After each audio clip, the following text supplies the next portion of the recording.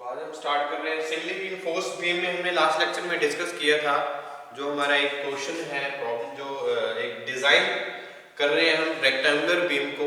Simply supported rectangular beam है जिसका clear span दिया हुआ था हमें 4.2 metre and superimpose load given था 6 किलो न्यूटन पर मीटर।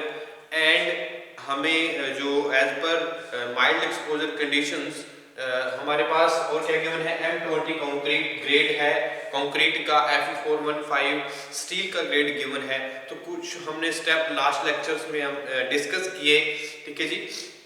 हमने देखा अप्रोक्सीमेट डायमेंशंस कैसे कैलकुलेट करते हैं और इफेक्टिव स्पैन कैसे कैलकुलेट किया जाता है according to the basic rule as per the IS code 456/2000।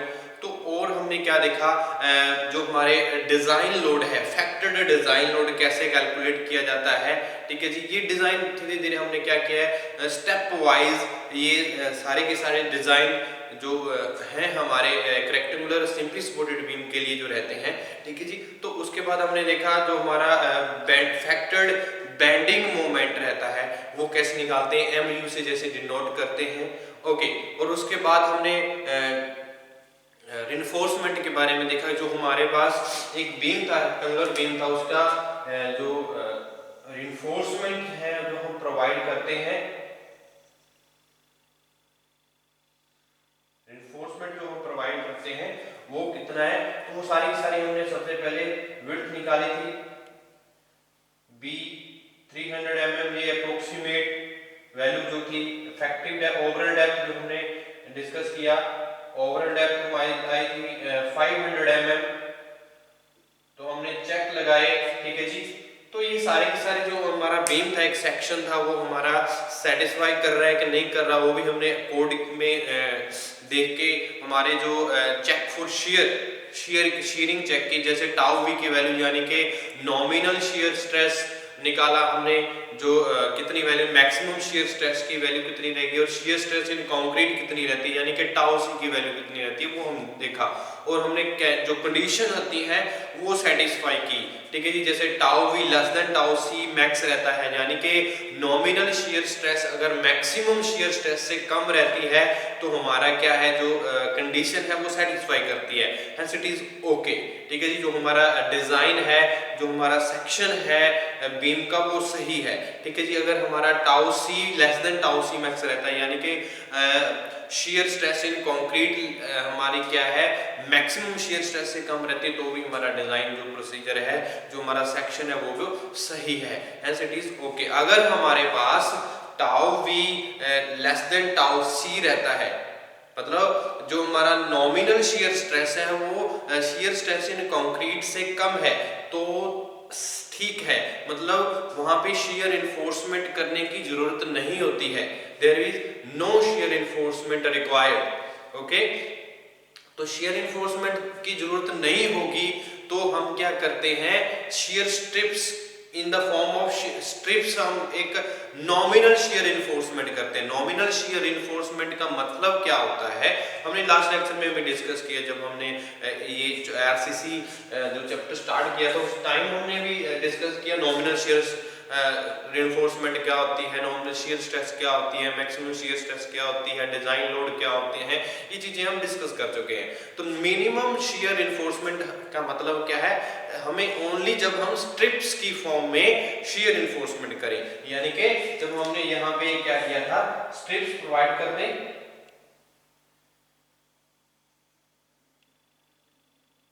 जो हम स्ट्रिप्स प्रोवाइड करते हैं, ठीक है जी। तो हमारे पास हम ये कैलकुलेट कर चुके हैं, नंबर ऑफ बार्स भी हम कैलकुलेट कर चुके हैं, ठीक है जी। तो नंबर ऑफ बार्स हमने कैलकुलेट किए थे, 5 नंबर ऑफ बार्स हम क्या कर रहे हैं, इसमें कैलकुलेट कर रहे हैं इस बीम में। और यहाँ पे हमने एक हॉरिजॉन्टल स्पेसिंग जो आई थी वो 32 mm आई थी हमारी, ठीक है जी, वो भी हमने कैलकुलेट की, ओके। तो ये हमारा क्या है, स्ट्रिप्स, ये हम स्ट्रिप्स प्रोवाइड करते हैं, ओके, बीम में। तो ये बात हमने ध्यान रखनी है। और ये हमारा क्या था, और ये कवर, इफेक्टिव 40 mm, ये भी हमारा क्या है 40 mm। ओके, क्योंकि इफेक्टिव कवर बीम में हम 40 mm यूज करते हैं और नॉमिनल कवर जो रहता है वो 20 mm रहता है, ये बात ध्यान रखनी है बीम के केस में। ओके, तो नेक्स्ट हमारा एक स्टेप था, स्टेप नंबर 8। तो स्टेप नंबर 8 में हमने डिस्कस किया था check for shear,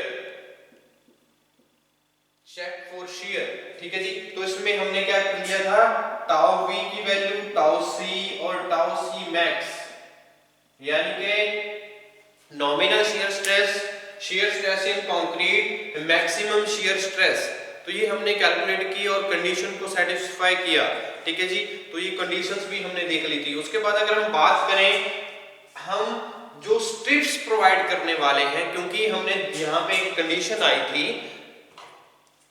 tau we less than tau c, ये कंडीशन आई थी, ये हमारी जो कंडीशन थी ओके थी, यानी कि ये सेटिस्फाई कर रही थी, ठीक है जी। तो इस टाइम पे यहां से हमें पता चल रहा है नॉमिनल शियर, जो शियर इन्फोर्समेंट करने की जरूरत नहीं है। अगर tau we less than tau c रहता है तो there is no shear enforcement required. Okay, तो शियर इन्फोर्समेंट रिक्वायरमेंट नहीं है तो हम क्या करेंगे, नॉमिनल शियर इन्फोर्समेंट करेंगे। नॉमिनल शियर इन्फोर्समेंट का मतलब क्या है, मिनिमम रिइंफोर्समेंट। मिनिमम रिइंफोर्समेंट क्या है, जो इन द फॉर्म ऑफ स्ट्रिप्स हम जो रिइंफोर्समेंट करेंगे, यानी कि स्ट्रिप्स ही प्रोवाइड करेंगे, ठीक है जी। तो स्ट्रिप्स प्रोवाइड करने के लिए मान लीजिए हमने क्या किया, as per IS 456-2000 providing nominal shear reinforcement in the form of vertical strips, तो vertical strips की फॉर्म में हमने क्या कर दिया, प्रोवाइड कर रहे हैं। तो वर्टिकल, अगर हम बात करें वर्टिकल स्ट्रिप्स, तो प्रोवाइडिंग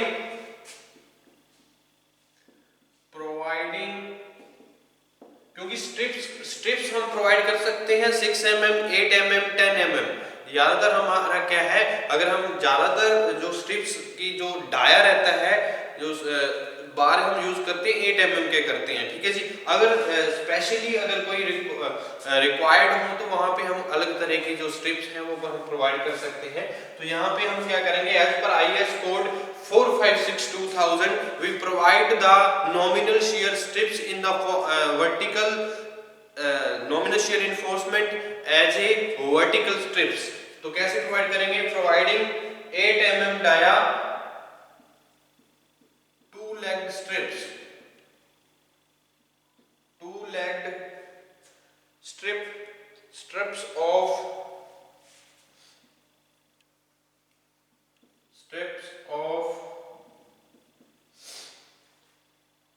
Fe415 स्टील, ठीक है जी। तो ग्रेड क्या है स्ट्रिप्स की, Fe415 है और 8 mm का डाया है, 2-legged स्ट्रिप्स हम यूज कर रहे हैं अकॉर्डिंग टू द IS 456-2000, ठीक है जी। तो ये बात हमें ध्यान रखनी है। अब यहाँ पे अगर हम बात करें जो हमारी स्ट्रिप्स प्रोवाइड की है, तो स्ट्रिप्स प्रोवाइड जो की हैं तो उनका भी तो एरिया होगा, उनकी भी तो स्पेसिंग होगी, कितनी हमने स्पेसिंग में जो बार है, बीम है, तो बीम में कितनी स्पेसिंग में हमने स्ट्रिप्स कितने डिस्टेंस पे प्रोवाइड करनी है, ये भी हमें क्या होगा, एक बेसिक रूल्स से समझेंगे। ओके, तो हम बात करते हैं, अगर हम एरिया निकालें एक बार, एक स्ट्रिप्स बार का, एक स्ट्रिप बार का अगर एरिया निकालें तो कितना रहेगा वो भी देख लेते हैं। तो 8 mm का हम यूज कर रहे हैं, तो हम स्ट्रिप्स बार का अगर एरिया निकालें तो उसको डिनोट करेंगे ASV से, ठीक है जी, ASV। तो एरिया कैसे निकालेंगे, π/4 इंटू डी स्क्वायर, डी कितना है, हम 8 mm डाया 8 mm यूज कर रहे हैं, ये हम यूज कर रहे हैं 8 mm डाया के 2-legged स्ट्रिप्स यूज कर रहे हैं, ठीक है जी, 2-legged स्ट्रिप्स। तो 2-legged स्ट्रिप्स यूज करेंगे तो यहाँ पे क्या है, एक का एरिया है, तो 2-legged है तो इनटू क्या कर देंगे 2, तो हमारे पास कितना है ASV, area of strips, vertical strips. तो वर्टिकल स्ट्रिप्स का जो एरिया आएगा वो हमारा रहेगा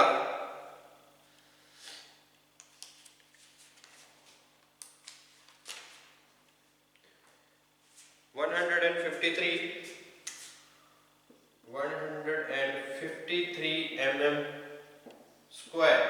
अगर हम 8 mm लेके चलते हैं तो ये आ गया एरिया, ठीक है जी। तो ये बातें हमने ध्यान रखनी है। और अगर हम बात करें फॉर Fe415 स्टील स्ट्रिप्स, क्योंकि हमने यहाँ पे एक जो ग्रेड यूज की है स्टील की 415 यूज की है। अगर हम यहाँ पे बात करें for Fe415 grade of steel, grade steel, तो Fy की वैल्यू क्या रहती है? Fy की वैल्यू हमारी क्या आएगी? 415 न्यूटन पर mm स्क्वायर, ठीक है जी। तो 415 न्यूटन पर mm स्क्वायर जो वैल्यू है, अगर हम यहाँ से अगर स्पेसिंग ऑफ स्ट्रिप्स निकालें तो स्पेसिंग कितनी रखनी है? ये तो एरिया होगा एक हमारी स्ट्रिप का, जो हम स्ट्रिप प्रोवाइड कर रहे हैं, तो ये तो एरिया है 100 mm स्क्वायर। अगर हम बात करें स्पेसिंग की, तो जो हम यूज कर रहे हैं, स्ट्रिप्स यूज कर रहे हैं, उनकी जो हमारा बीम है उनमें स्पेसिंग भी तो रखनी है। तो स्पेसिंग जो है उसमें स्ट्रिप्स की स्पेसिंग कितनी रहेगी? तो स्पेसिंग ऑफ स्ट्रिप्स की बात करते हैं। Spacing of strip,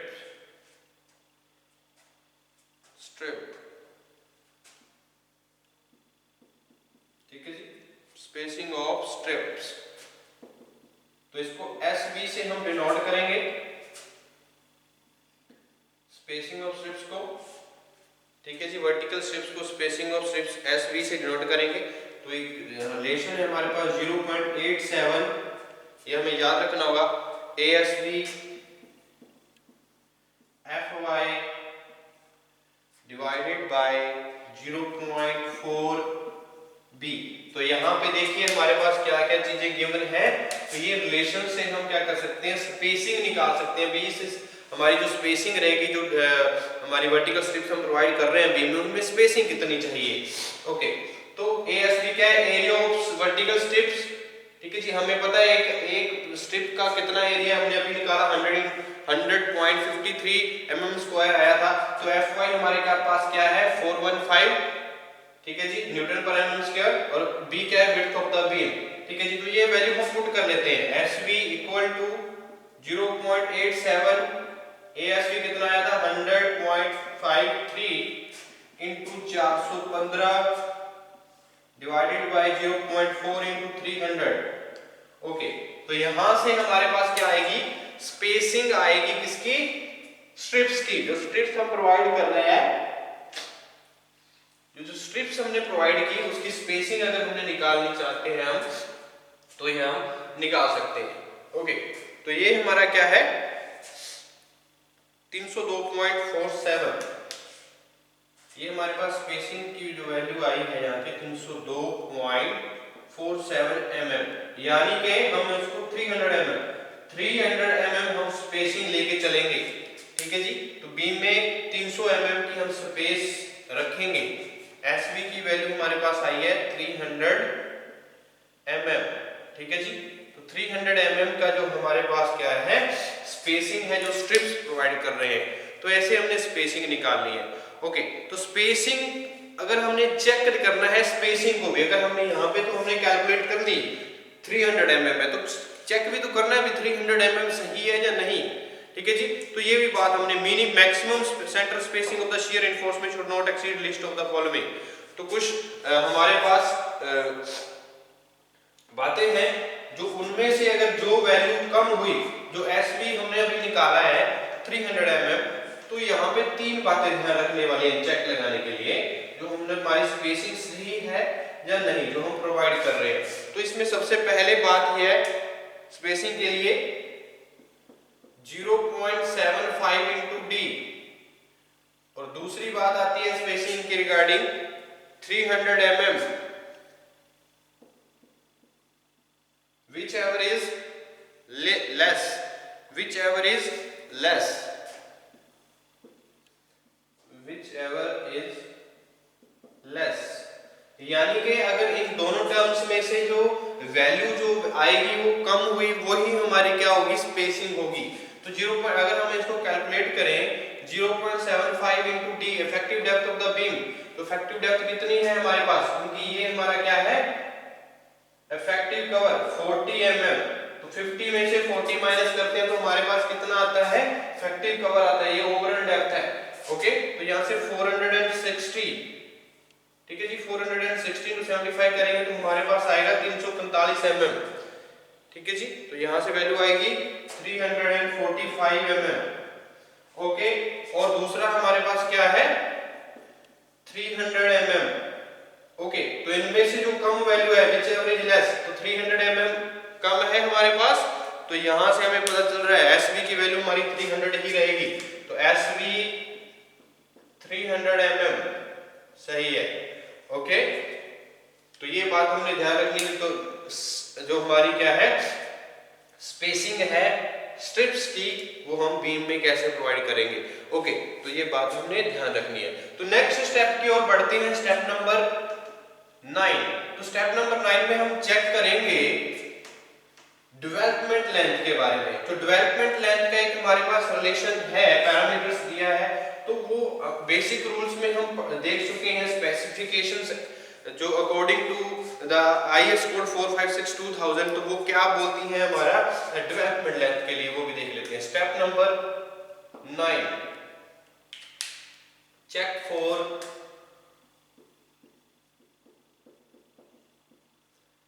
development length.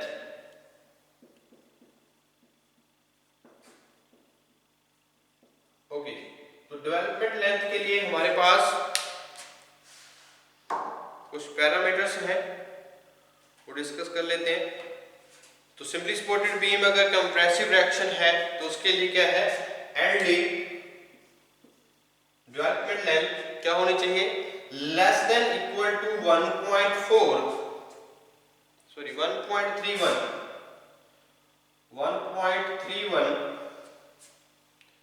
m1 V shear force plus L naught, ठीक है जी। तो ये रिलेशन हमने याद रखना है डेवलपमेंट लेंथ के केस में। ओके, तो यहाँ पे डेवलपमेंट लेंथ अगर हमने कैलकुलेट करना चाहते हैं तो डेवलपमेंट लेंथ के लिए हमारा क्या रिलेशन रहेगा, 0.87 FY 5 4 टाउ BD, ठीक है जी। जो बॉन्ड स्ट्रेस जो हमारी आती है टाउ BD, ये डायरेक्टली हमारे पास वैल्यू मिलेंगी किसकी, टाउ BD की वैल्यू जो 456-2000 में आईएस कोड में हमारे पास इसकी वैल्यूज क्या होंगी, ठीक है जी। तो अगर हम बात करें टेबल नंबर 3.5 की, तो वहां पे हमारे पास क्या है, जो टाउ BD की वैल्यू है वो डिपेंड कर रही है हमारी grade of concrete and grade of steel पे। अगर कंक्रीट की ग्रेड हमारे पास M20 है और स्टील की Fe415 है, तो वहां पे हमारी जो वैल्यू है वो कितनी है, 1.92। हमारे पास टाउ BD की वैल्यू कितनी है, 1.92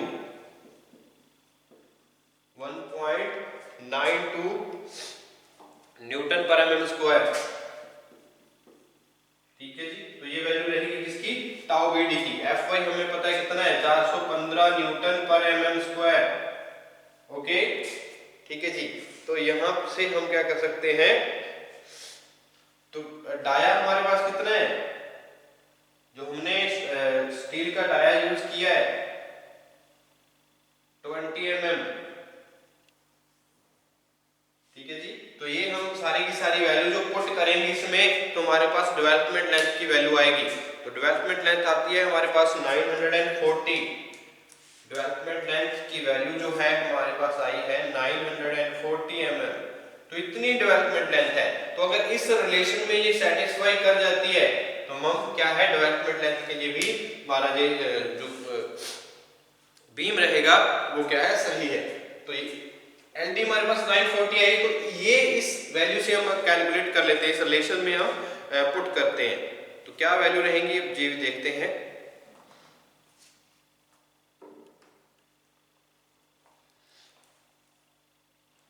okay,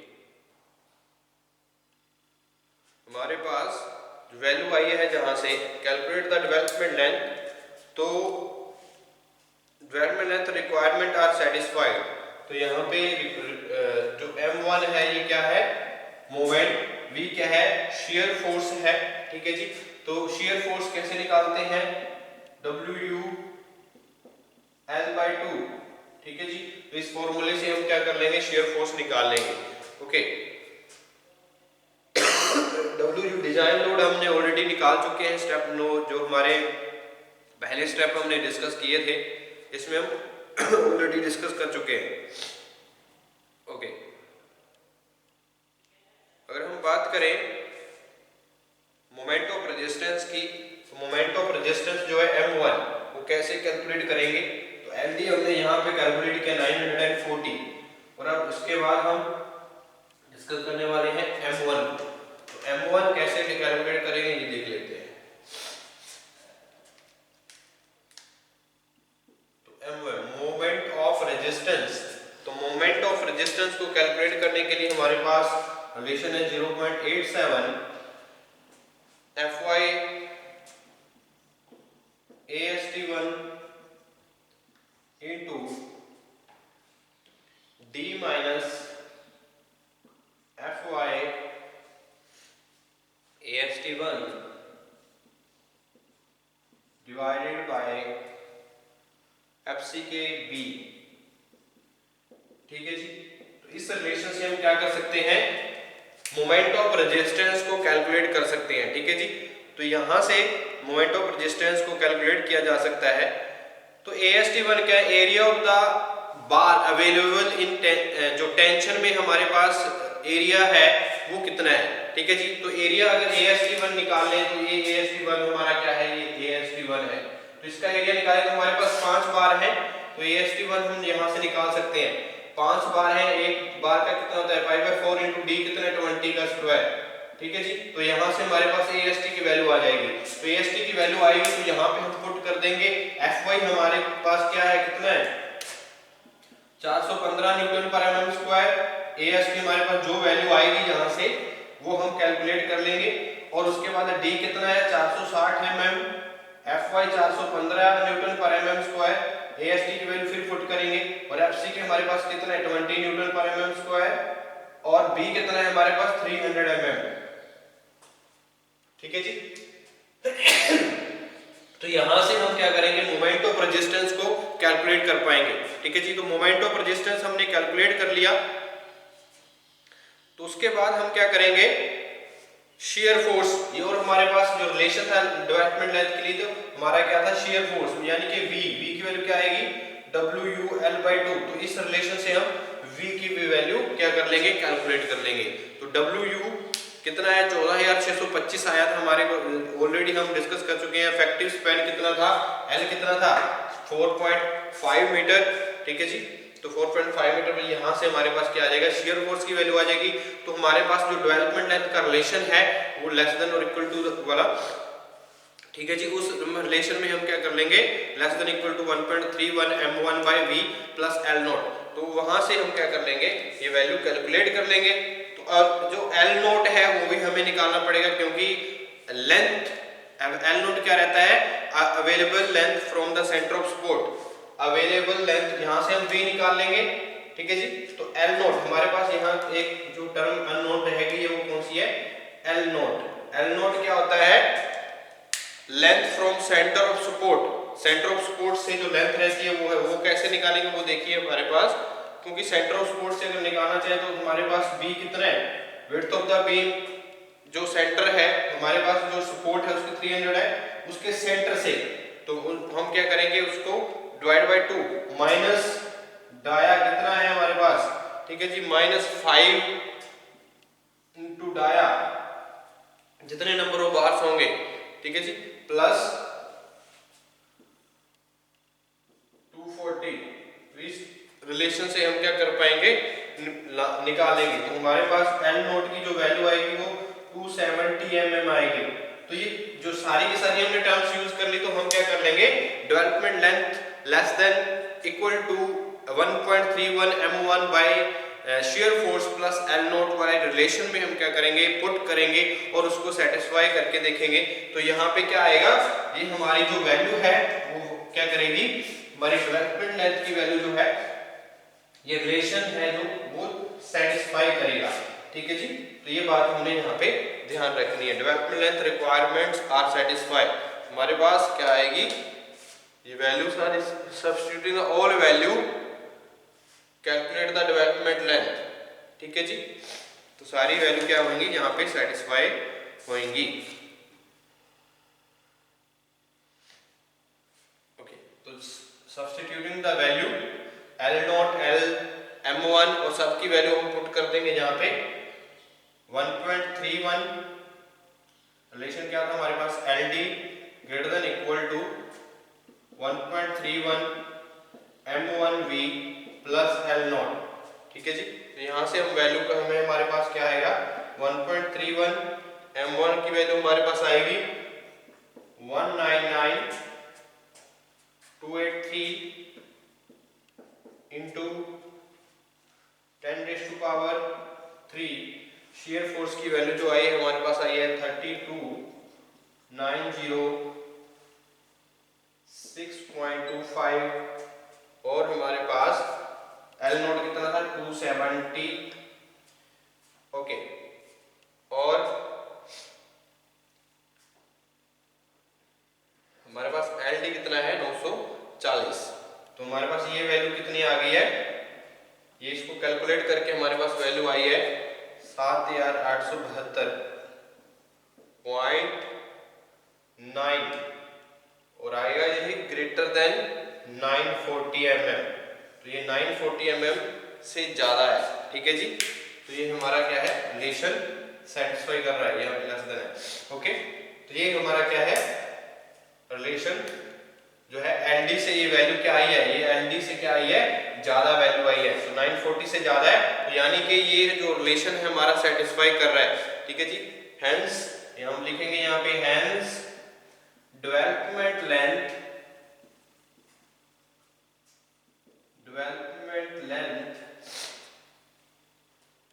requirements are satisfied, requirements are satisfied, ठीक है जी। तो ये बात हमने ध्यान रखनी है। तो सबसे पहले हमने क्या किया, M1 की वैल्यू निकाली, मोमेंट ऑफ रेजिस्टेंस एक हमारे को पता है कौन सा रिलेशन है, उस रिलेशन से हमने क्या कर लिया M1 निकाल लिया। उसमें AST1 निकाला क्योंकि एरिया ऑफ टेंशन में 5 नंबर ऑफ बार्स यूज किए, तो हम एक बार का ईयर निकालेंगे तो कितने बार है 5 है, तो उनका हमारा AST1 निकल जाएगा। और शेयर फोर्स हमारे पास निकाला है हमने, शेयर फोर्स के लिए हमारे क्या है WUL/2, हम ऑलरेडी WU की वैल्यू निकाल चुके हैं, इफेक्टिव स्पेल की हमारे पास नॉन है सारी वैल्यू, तो हम शेयर फोर्स की वैल्यू यहाँ से निकाल लेंगे। और L0 हम क्या निकालते हैं, जो लेंथ है from the centre of the support centre support से जो लेंथ रहती है अवेलेबल लेंथ रहती है वो कितनी है, वो L0 होता है हमारा, ठीक है जी। तो वो भी हमने 270 निकाली। ओके, तो इस रिलेशन से हमने किया, तो ये हमारा क्या है जो रिलेशन है वो सेटिस्फाई कर रहा है, तो उसका मतलब क्या है डेवलपमेंट लेंथ रिक्वायरमेंट जो है वो सेटिस्फाई है।